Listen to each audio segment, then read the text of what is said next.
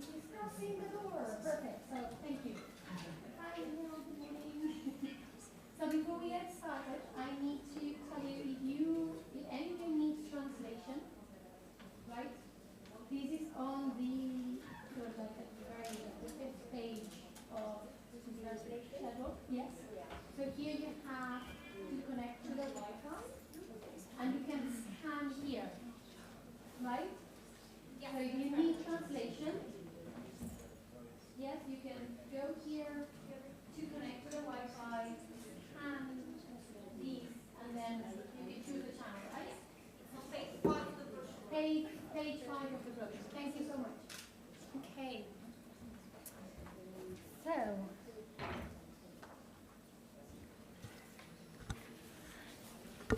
Buongiorno.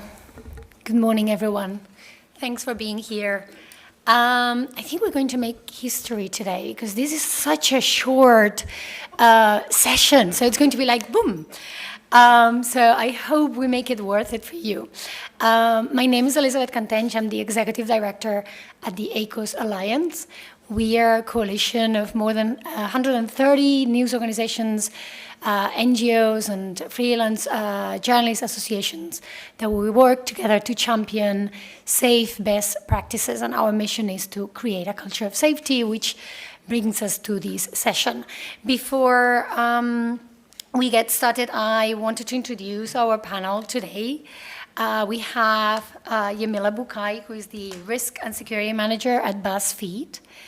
We have Viktorya Vilk, who is the Program Director for Digital Safety at PEN America, and Carlos Gaio, CEO at Media Defense. I'm going to pass it around very, very briefly, if you can tell us about yourselves so our audience knows you a little bit better. Who wants to go first? Carlos, come on. Yeah, I was trying to get them to speak first, but so thank you. Good morning, everyone. Thank you, Elisabet, for the invitation to join the panel. So very briefly, I'm Carlos Gaio. I'm the CEO at Media Defense. I just took over from my predecessor on the 1st of March, so I'm quite new to the job, still learning the ropes.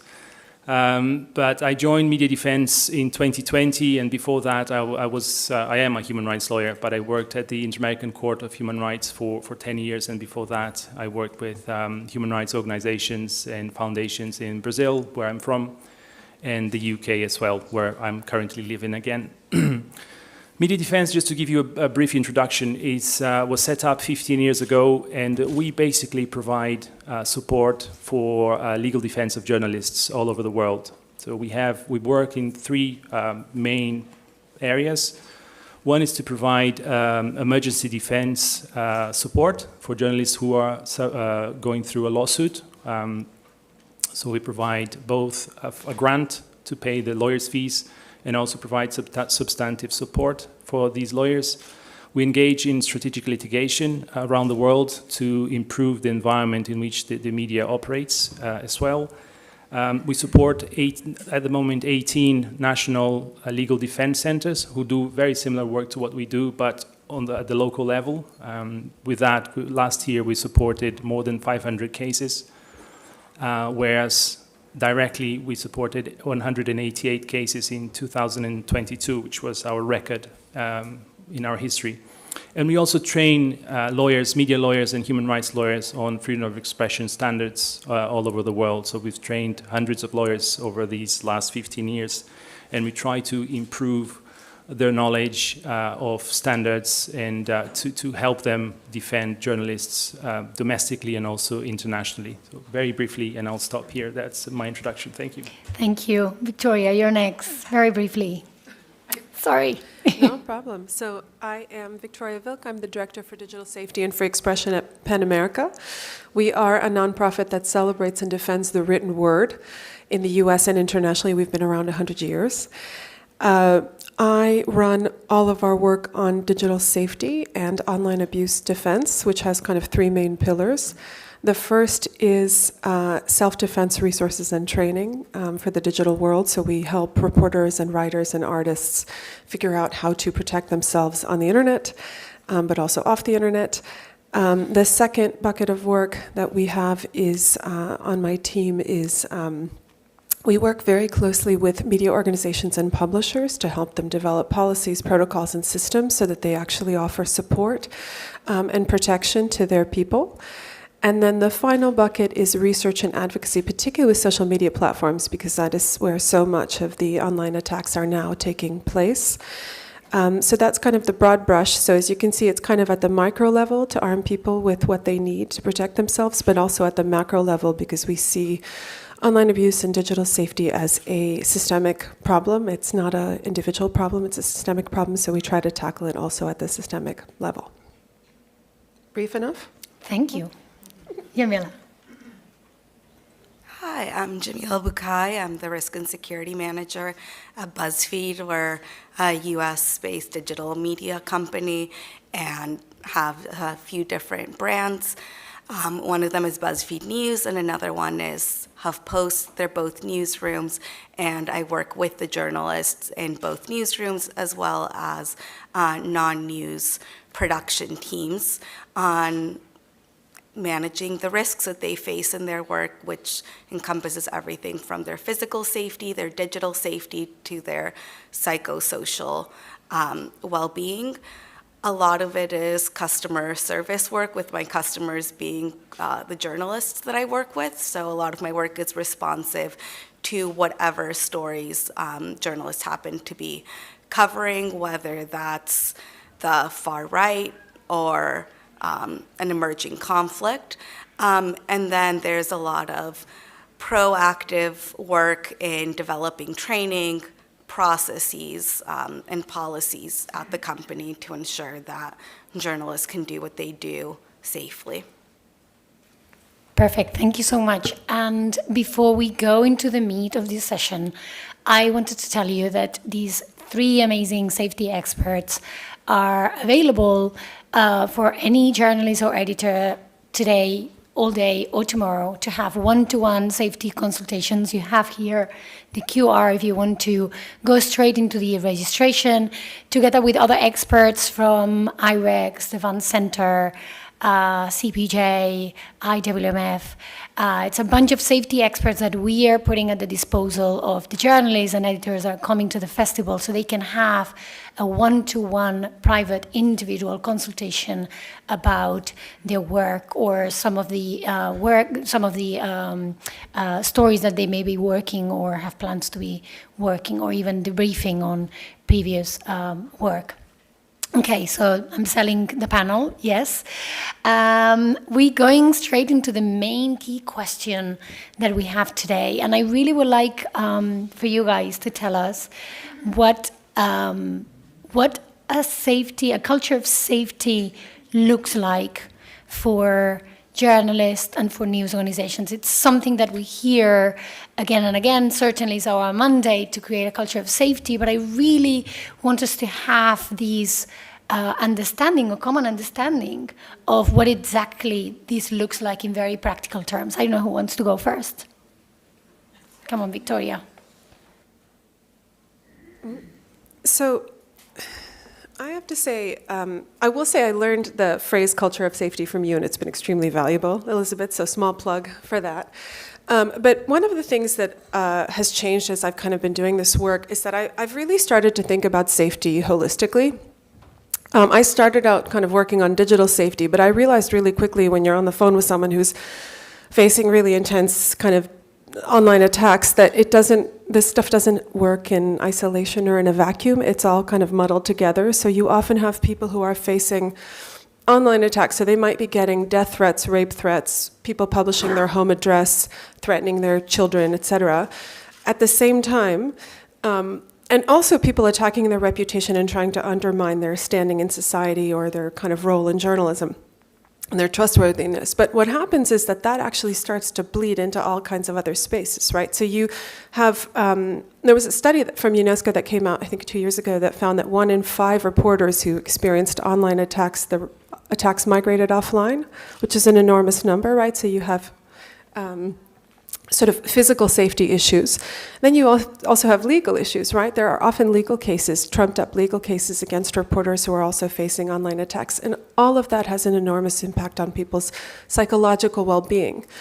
And it's important because if you don't feel safe as a reporter, right? If you feel that you and your loved ones are under attack, you are very likely to self-censor, to change how you write and what you write.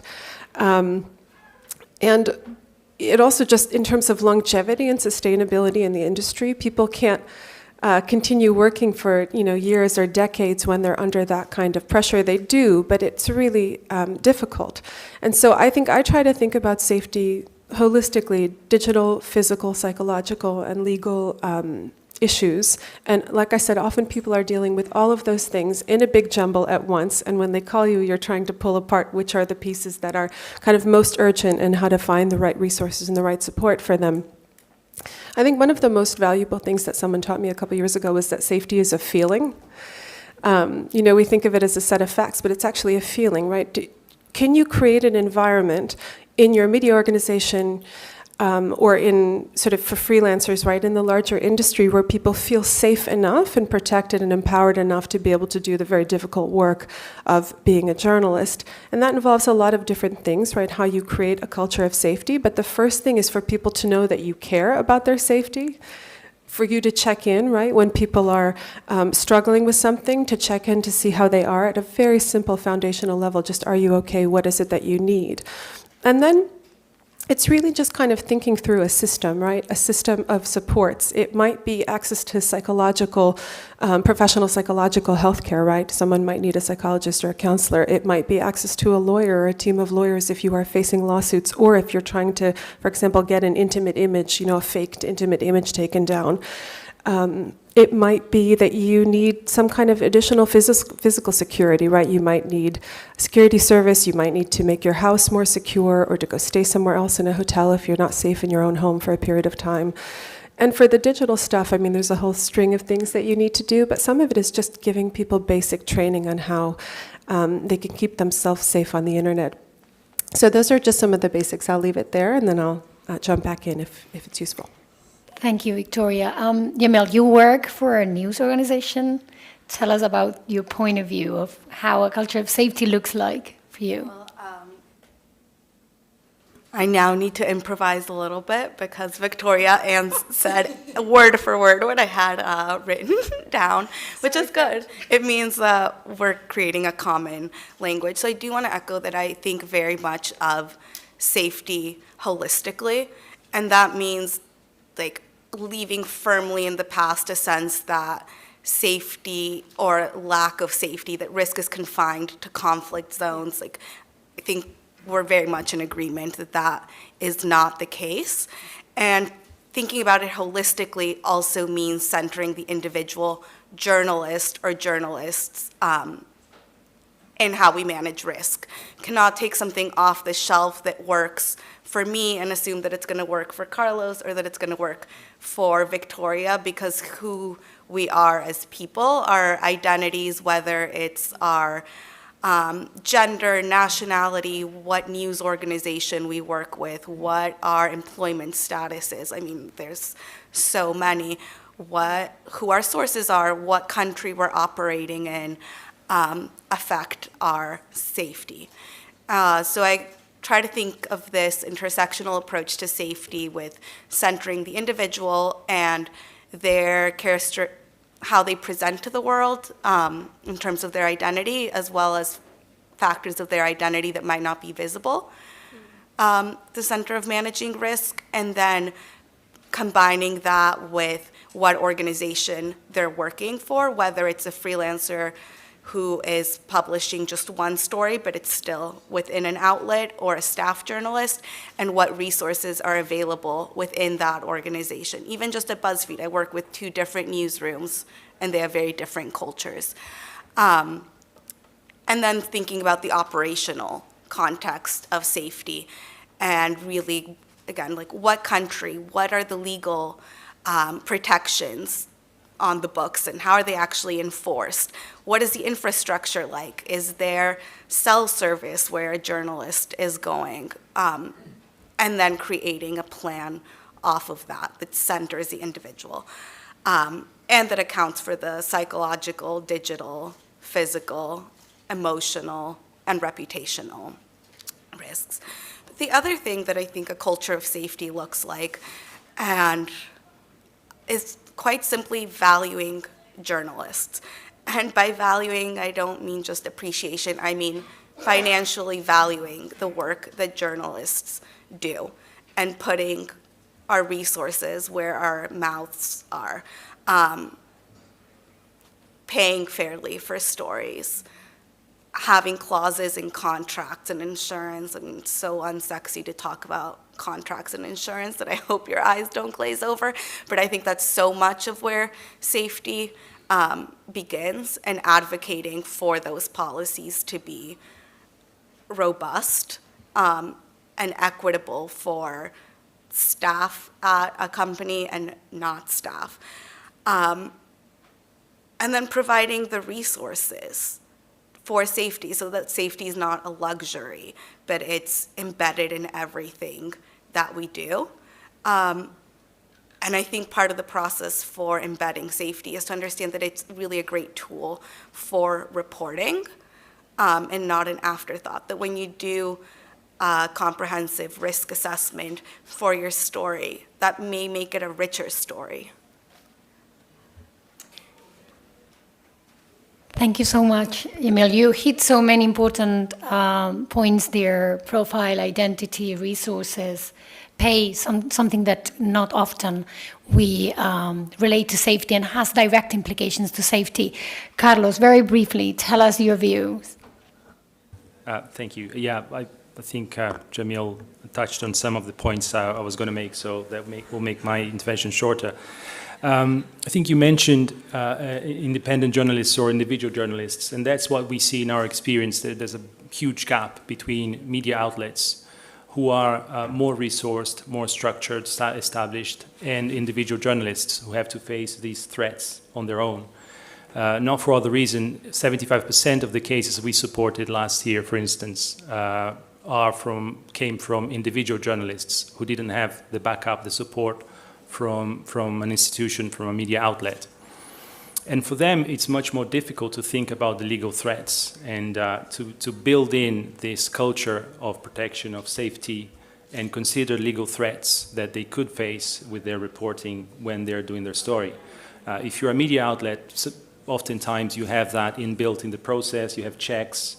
You could have a pre-publication review as well, who will make sure or try to make sure that what you're writing won't result in a defamation lawsuit or any other lawsuit.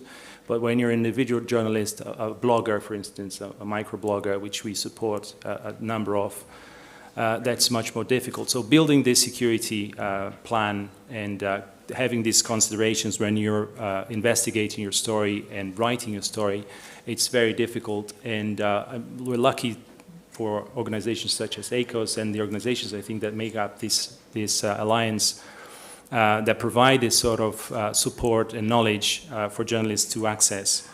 And I think from a legal perspective, the important bit is a bit what Jamil was mentioning, to build this culture of safety in the process and consider the legal aspect, where you're reporting from, what's the legal the context where you're reporting from. If it's a different country from your own, you should know where you're reporting from. If you're from that country, what could happen if you write a very critical comment about a public figure or a business person who's involved in wrongdoing, for instance. But if you don't do that, it's important also to have access or to think about support from lawyers or organizations who have lawyers who could help you, such as us. If you're faced with a lawsuit, and never ever ignore it. We're dealing with a number of cases at the moment where the journalist felt so overwhelmed with the lawsuits that he was faced with that he didn't defend himself. He simply ignored, and he was convicted. And now we found lawyers to help him, and we're appealing those convictions, and that is extremely difficult to overcome, right? So having that plan thought through, it's extremely important. If you're receiving threats as well, not only digital threats, but physical threats that you think could eventually come to fruition, it's important to have a plan, to discuss it with a lawyer, what you could do, ask for protection from your government or an institution in your government, ask for support or protection from a regional mechanism.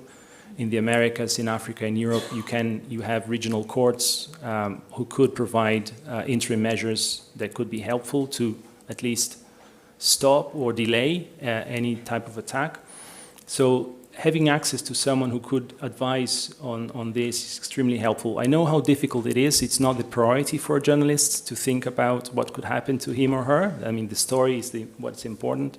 But I can't emphasize enough how many lawsuits we see every day and how it's growing, right? The legal threats against journalism, not only defamation lawsuits, which are the bread and butter of lawsuits, but tax fraud, all sorts of lawsuits, criminal lawsuits unrelated to this story, but they look for something else the journalist is doing and accuse him or her of sexual harassment or any other unrelated reason to put pressure and create the chilling effect that I think Viktorya mentioned in the beginning, so that person and other journalists feel threatened to report on some topics or about specific persons in their countries, and then this is extremely concerning. Can I ask you very, very briefly, one of you wants to share what you see as the main challenges between that culture of safety? I can start just as I just finished. I think it's resources for individual journalists. Okay. They don't have the resources, the capacity to approach organizations that are specialized in this type of support. So by the time they hear about us, for instance, or about any of the other national legal defense centers, sometimes it's too late, Right. Or sometimes there's nothing we can do. So I think knowledge and access to these organizations is fundamental. The content, I think the manuals, the documents, the guides that we produce, all of us produce, I think are extremely helpful if they can be seen by these journalists before they report or soon after. I think they're extremely helpful. So access to knowledge and information is fundamental in my view. The awareness is there? Do we need more awareness? Yeah. I think a big part of the problem is actually that this sort of safety culture isn't embedded yet in the industry. I think there are pockets where we're starting to figure it out. But I think until we stop thinking of this stuff as being an individual problem, right, against individuals, once we start to think of it as systemic, as a systemic effort to suppress a free press, and that when people attack your reporters, they're also attacking the profession, and the ability to speak freely and write freely, that's a big part of the problem. And along with what both of you have said, I think it comes down to how we as a society value journalists and the work. That's the challenge for me. When journalists aren't valued, safety falls apart. That's great. When journalists are not valued, society falls apart. So I think we need to keep on time. I would say, come to these panelists, talk with them. We don't have time for questions. They are available for you, journalists, editors, at the safety clinics. I want to say one last thing, one last thought. A culture of safety does not spare anyone, includes absolutely everyone. The ACOS Alliance very much focuses on freelancers and local journalists, but with the vision that if we are able to support those that are more vulnerable in our society, we should be able to absolutely protect everyone in this very vulnerable profession. Thank you so much for being here today. Thank you.